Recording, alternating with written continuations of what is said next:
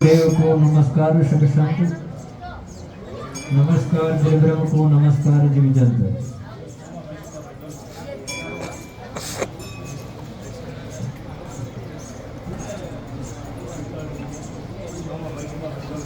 આજે આપણા સનાતન ધર્મની અંદર તો અનેક તહેવાર આવે।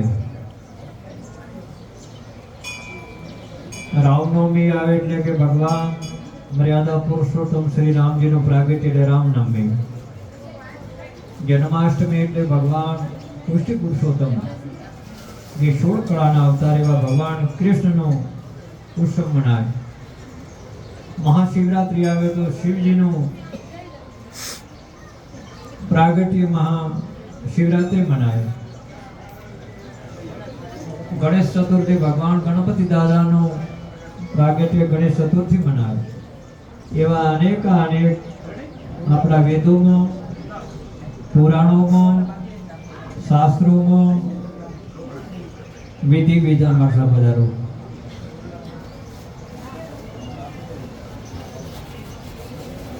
તો એવી રીતે આજનો દાડો ગુરુ પૂર્ણિમાના પાવન શબ્દોથી વર્ણન। આજ કયો પ્રસંગ છે? ગુરુ પૂર્ણિમા। અને ગુરુ પૂર્ણિમાનો આજનો દાડો કેમ પસંદ કર્યો? તો આપણા શાસ્ત્રો વેદો પુરાણો શું કહે? 33 કોટી દેવી દેવતાઓ જો હતા એમણે બૃહસ્પતિ મહારાજને આજ ગુરુને સ્થાપિત કર્યા હતા। 33 કોટી દેવતાઓના પણ ગુરુ બૃહસ્પતિ મહારાજ અને દૈત્યોના ગુરુ શુક્રાચાર્ય મહારાજ એ પણ આજના દિવસે સ્થાપિત કર્યા।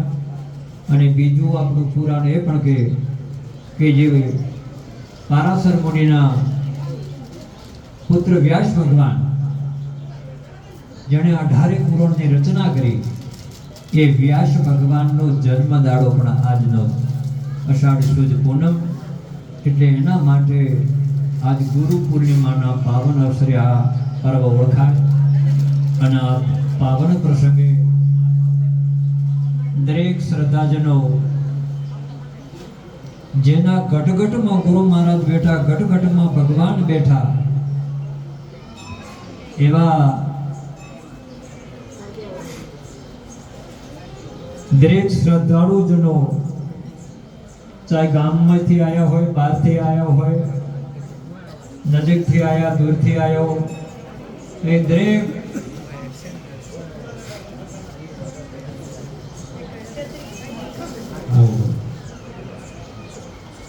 દરેકને આત્મીય ભક્તોના હૃદયમાં સર્વેશ્વર કલ્પિતા પરમાત્મા ગુરુ મહારાજ બિરાજ્યા। એવા સજ્જનો, ભગવતી સ્વરૂપ માતાઓ, યુવાનિયાઓ, બાળકો, આપ જે ભાવથી આયા હોય, મનુષ્ય માત્રની ભાવના કઈ અલગ અલગ હોય, પણ આપણે તો એ જ કહીએ કે જે ભાવથી આપ આપના ઘેરેથી, મારા પાસે તો એવી કોઈ વિશેષતા છે નહીં કે હું કોઈને કંઈ આપી કોઈ એટલું મારું સામર્થ્ય પણ નથી, પણ કદાચ કંઈ અહીં તમને દેખાતું હોય કે મારા પરમ પૂજ્ય સદગુરુ દયાળુનું કૃપા, મારાથી કંઈ બને એમ છે, આ કદાચ કંઈ ઠંડો છોડો હોય એ મહાપુરુષોની કૃપા। આપણે જડ બુદ્ધિના જીવ તો શું કરીએ? તો આ ગુરુ મહારાજના પાવન અવસરે આ બધું ઘર, કુટુંબ, સ્વાર્થ છોડી આ સાનિધ્યમાં પધાર્યા। દરેકના ઘટમાં ગુરુ મહારાજ ભગવાન રામકૃષ્ણ હરિરૂપે બિરાજમાન છો। દરેક સજ્જનો છો અને આપ સૌ આયા। આપ સૌનો સંકલ્પ ભગવાન ગુરુ મહારાજ સિદ્ધ કરે એવી ગુરુ મહારાજને, ધોણીવાળા દાદાને, બક્ષેશ્વર મહાદેવને, રાઘવેન્દ્ર સરકારને મારી ખૂબ ખૂબ પ્રાર્થના। આપ સૌ ખૂબ સુખી રહો, સ્વસ્થ રહો, સાચું જ્ઞાન પ્રાપ્ત થાય, સાચી દિશા પ્રાપ્ત થાય, આપનો સંસાર સુગમ બને, સંસારના તમામ ફરજો અદા કરી વ્યવહાર હાચવતા પરમાત્માનું સાનિધ્ય પ્રાપ્ત થાય એવી હાલ મારી પ્રાર્થના. જીવરાજમાં પધારો. અત્યારે તો એક એકનું જો નામ લઈએ, અંદર બધા નામ લઈએ સજ્જનો, તો કોઈ આપણા પાસે સમય ઓછો પડે, પણ આવા પવિત્ર પ્રસંગમાં આવવાનું મૂળ કારણ આ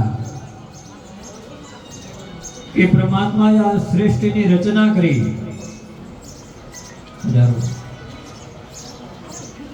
અને બીજો એક નમ્ર વિનંતી વચ્ચે વાત કરું કે આપ સૌ ભાવથી પધાર્યા. આપકો ખાવાના પીવાના ચાના બીડીના કોઈ આશાથી આયા નથી. સૌની ઈચ્છા એમ કે આપણે સંતોના દર્શન કરીએ, પરમાત્માના દર્શન કરીએ તો આપણા પાપ તાપ સંતાપ દૂર થાય, આદિ વ્યાધિ ઉપાધિ દૂર થાય, આપણા મનને શાંતિ મળે અને સાચી દ્રષ્ટિ મળે એવા ભાવથી આપ સૌ આવ્યા. પણ અત્યારના સ્વયંસેવકો આ 2-3 દાડાથી જે એમની ગિરી સેવા ન કરે, અવિરત સેવા કરી રહ્યા, એ પણ એમનું આ ગુરુદ્વારાને પોતાનું ઘર ગણે કે આ તો આપણા ઘર કહેવાય. અહીં આપણે સેવા ન કરીએ તો ક્યાં કરીએ? ઘરે નથી કરતા પણ અહીં કરે. એવા દરેક સ્વયંસેવકોને પણ મારા ખૂબ ખૂબ આશીર્વાદ. નાની મોટી જે સેવા કરો અને સજ્જનો, આ જગતમાં મોટામાં મોટી ભક્તિ હોય તો સેવા ભક્તિ. આપે રામાયણનું ગુણગાન સાંભળ્યું છે, રામાયણની કથા સાંભળી છે. મર્યાદા પુરુષોત્તમ શ્રી રામચંદ્રજી ભગવાનના સાનિધ્યમાં અનેક એમાં એમના અગ્રણીઓ બીજા ત્રીજા હતા, પણ પૂરું રામાયણનો દાખલો લેતો જો ભગવાનની સેવામાં કેવળ રહ્યા તો એક હનુમાનજી. હનુમાનજી ભગવાનને ઇષ્ટ માનતા હતા અને પરમાત્માને તો શું આગે જગત એને ઈચ્છાથી ચાલતું હોય. એક આંખનો પલકારો ખોર્યામાં સૃષ્ટિ રચને, આંખના પલકારમાં સૃષ્ટિનો લય કરે. એ પરમાત્મા તને સુખ શું હોય, દુઃખ શું હોય, લાભ શું હોય, હાનિ ન હોય, જય શું પરાજય શું, પણ એમને જો આ ધરતી પર આપણા આત્મકલ્યાણ માટે સનાતન ધર્મ લીલા કરી અને એ લીલાની અંદર જ્યારે કંઈક સમસ્યા થઈ, સમસ્યા તો દરેક મંત્રી ગણ નાની મોટી વિચારણામાં વિટંબણામાં પડ્યા, અને જ્યારે હનુમાનજીને સંદેશો મળ્યો તો જે અશક્ય કામ એ હનુમાનજીએ શક્ય કર્યું અને એના બદલામાં હનુમાન દાદાએ કશું માગ્યું નથી. અને હનુમાનજીની તમે જીવન સુંદરકાંડ સાંભળજો, એવું એમને લીલા કરી. જ્યારે એક સંસારની દ્રષ્ટિએ જ્યારે વિપત્તિના વાદળ ભગવાન ઉપર દેખાણા, કોઈ દિશા શૂન્ય થઈ ગઈ, ત્યારે જો હાક માર્યો તો હનુમાનજીને, અમે કે કોઈ સેવા ન કરી, એ સેવા મને ભણાવો. આખો ચારે દિશાનું વાંદર દળ રીંછ વાંદરો સભા એકત્ર થયા કે માં ભગવતી આપણા આગંદે જાણ કરી કે માં જાનકીનું અપહરણ થયું છે, ક્યાં થયું કોઈ ખબર નથી, તો આપણે એની ગોદ કરવી. અગંદે બધી સેનાઓને બોલાવી એની 4 ટુકડીઓ બની 4 દિશામાં મોકલ્યા. અને જેમ બને તેમ વહેલી તકે માતાજી બાળ લઈને અહીં આવો. અને એમાં હનુમાનજી પણ સામેલ થયા. ભગવાન તો જાણતા હતા કે બધા ભક્તો મારા છે, પણ હનુમાનજી તો વિશેષ છે. એટલે પોતાની મુદ્રિકા વેંટી હતી. એ આવે કે કદાચ તમને ભાવ મળે તો આ મુદ્રિકા જાનકીજીને આપજો. આપ સૌ જાણો છો પ્રમોશન પર્વત ઉપર હનુમાનજી આયા. જાંબુવાન, ગગન, નર, નીલ સામર્થ્ય બધા, પણ સંકેત પણ મળ્યો જટાયુના દ્વારા કે લંકાનો રાજા રાવણમાં જગદંબાનું અપહરણ કરી ગયો છે. જો આ દરિયાનું લાંઘન કરી શકો તો એ માતાજીને બહાર કાઢી શકો. હવે આટલી કોઈ આયા આ તો ઠીક હતું, પણ આ કેટલા યોજનનો સમુદ્રના કોઈ તો બધા પામે વિચાર માંડ્યા. કોઈ કીધું હું આટલું કરી ગયું, હું આ કરી ગયું, હું જઉં પણ પાછો ના આવતું. અને ઓછી ટાઈમે જાંબુઓને હનુમાનજીને જ કીધું કે હનુમાનજી આ કામ તમારા માટે છે, પરમાત્માની કૃપા. અને હનુમાનજી મહારાજ ત્યાંથી પોતે પ્રસ્થાન કર્યું. અને વચ્ચે કઈ કઈક અડચણો આવી. સુરસા મળી, સિંહકા મળી, મૈનાક પર્વત મળ્યો. તો મૈનાક પર્વત પણ ભગવાનનો ભક્ત હતો. હનુમાનજીને કીધું કે હનુમાનજી આપને આ લાંબો યોજન સમય આ મંજિર કાપવાની, થોડી મારા ઉપર વિશ્રામ કરો. ત્યારે હનુમાનજી કે જો સુધી મારા પ્રભુનું કામ ન થતું સુધી મને વિશ્રામ હોય. અને બધું જ છોડી માં ભગવતીની બહાર કાઢી અને પાછા તો આયા. તો કહેવાનો ઘણા હતા પણ કોમમાં હનુમાનજીએ કર્યા. બીજો દાખલો, રામ રાવણનું યુદ્ધ હતું અને લક્ષ્મણજીને જ્યારે શસ્ત્ર વાગ્યા પેલા ઇન્દ્રજીત દ્વારા અને એકદમ બેહોશ થઈ ગયા. ભગવાને લીલા કરે કે હું મારા ભાઈને વનમાંથી લઈ આવ્યો અને આ હાલ હું અયોધ્યામાં જઈને મોઢું શું બતાડું. અને એ ટાઈમે પણ કોઈ વૈદ્યો, હકીમો, ડોક્ટરો બીજા ત્રીજા હતા.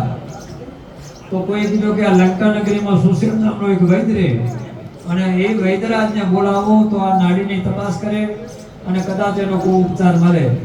તારે એમાં કેટલી સભા હતી, સેનામાં કેટલા સદસ્યો હતા, પણ હનુમાનજી જ્યાં. કોણ જો? લંકા નગરીમાં હનુમાનજી જ્યાં. અને સુશેન નામના વૈદ્યનું ઘર દેખ્યું કે પોતે તો આવે ને તો આખા ઘરનો પડખો પાડ્યો. ક્યાંથી લાગે થોડીમાં ઘરે પાછા પકડી દી. અને વૈદ્ય હોય છે એને કોઈ મારું તારું હોતો નથી. શત્રુતા મિત્રતા વૈદ્યને કઈ હોતી.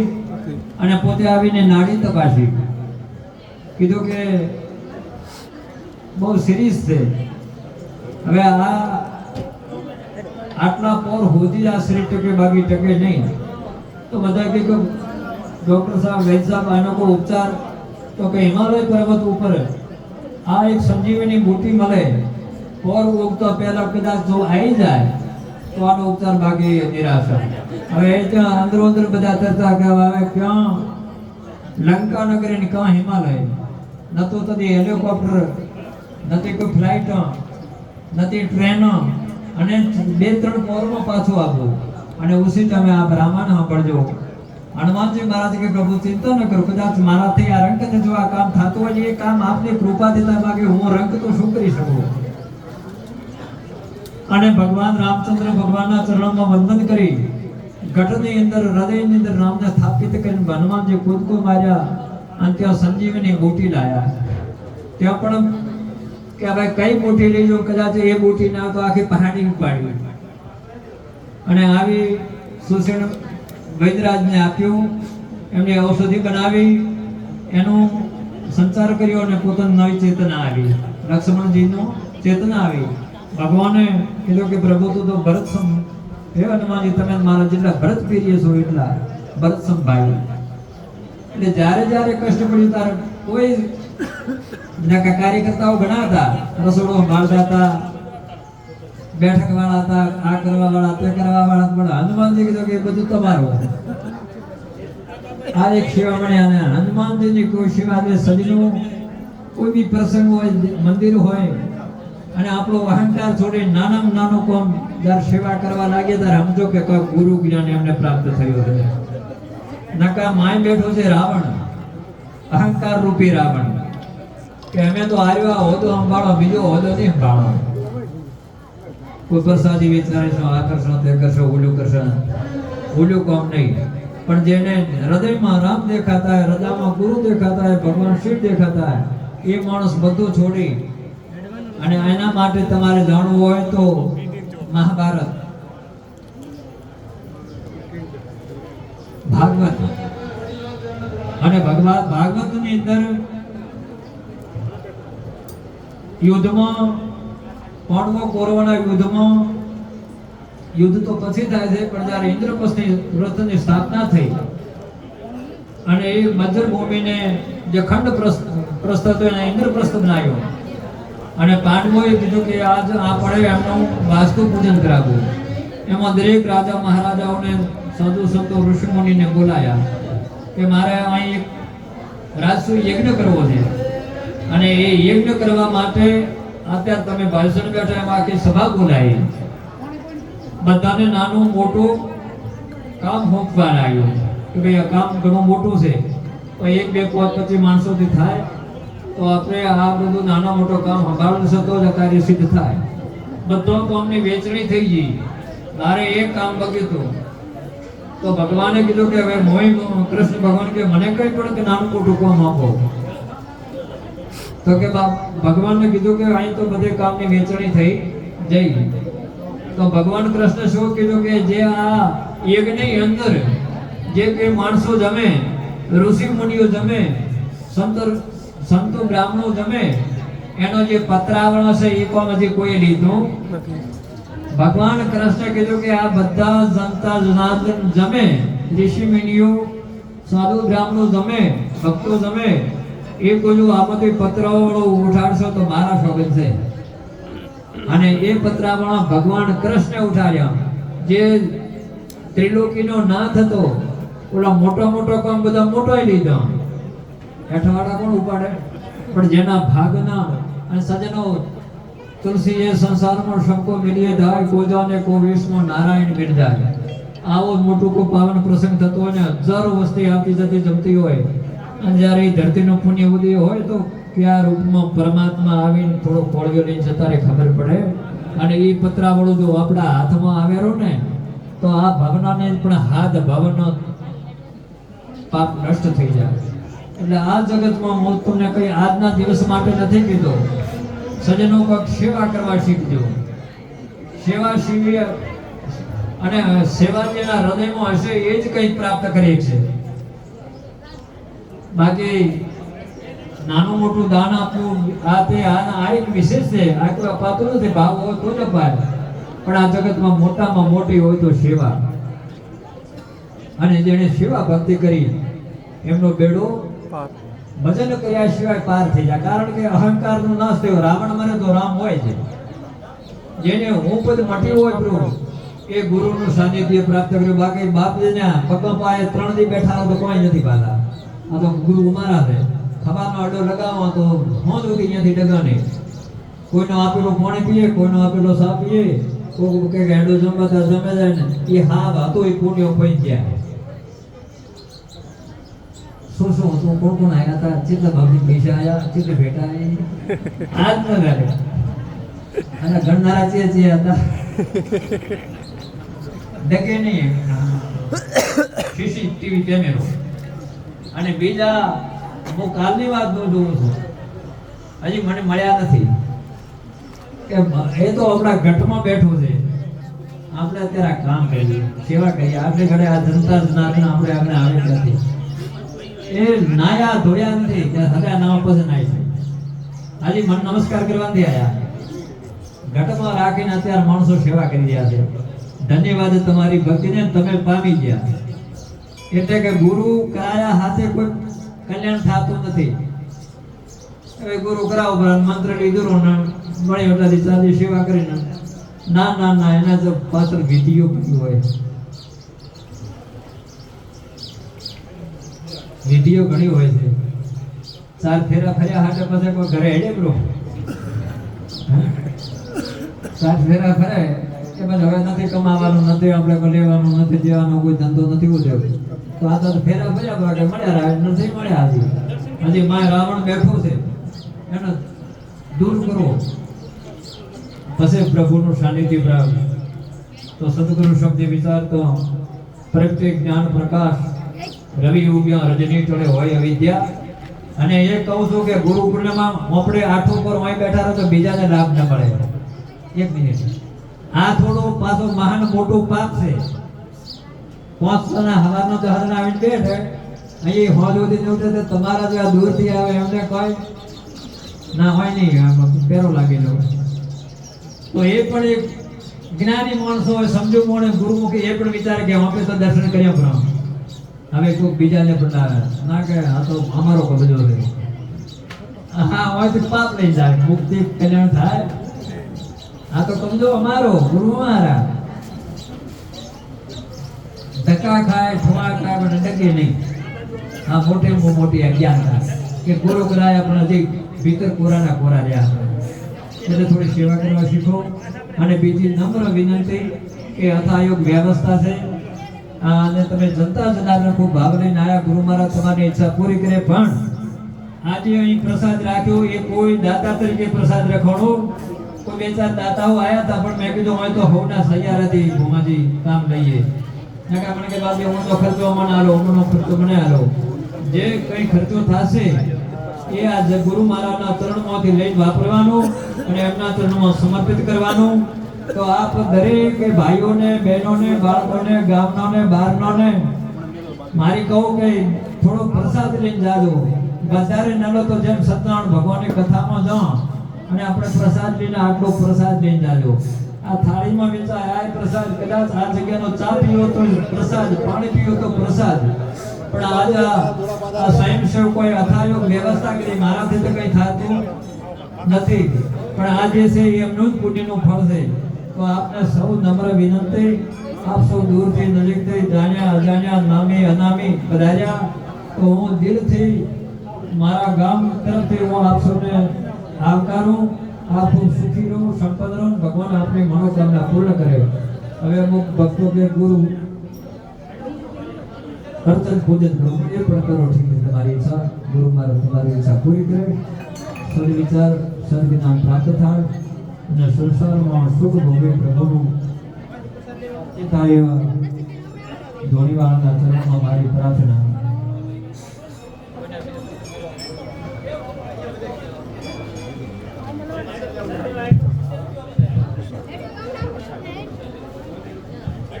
બોલીએ સદગુરુ ભગવાન કી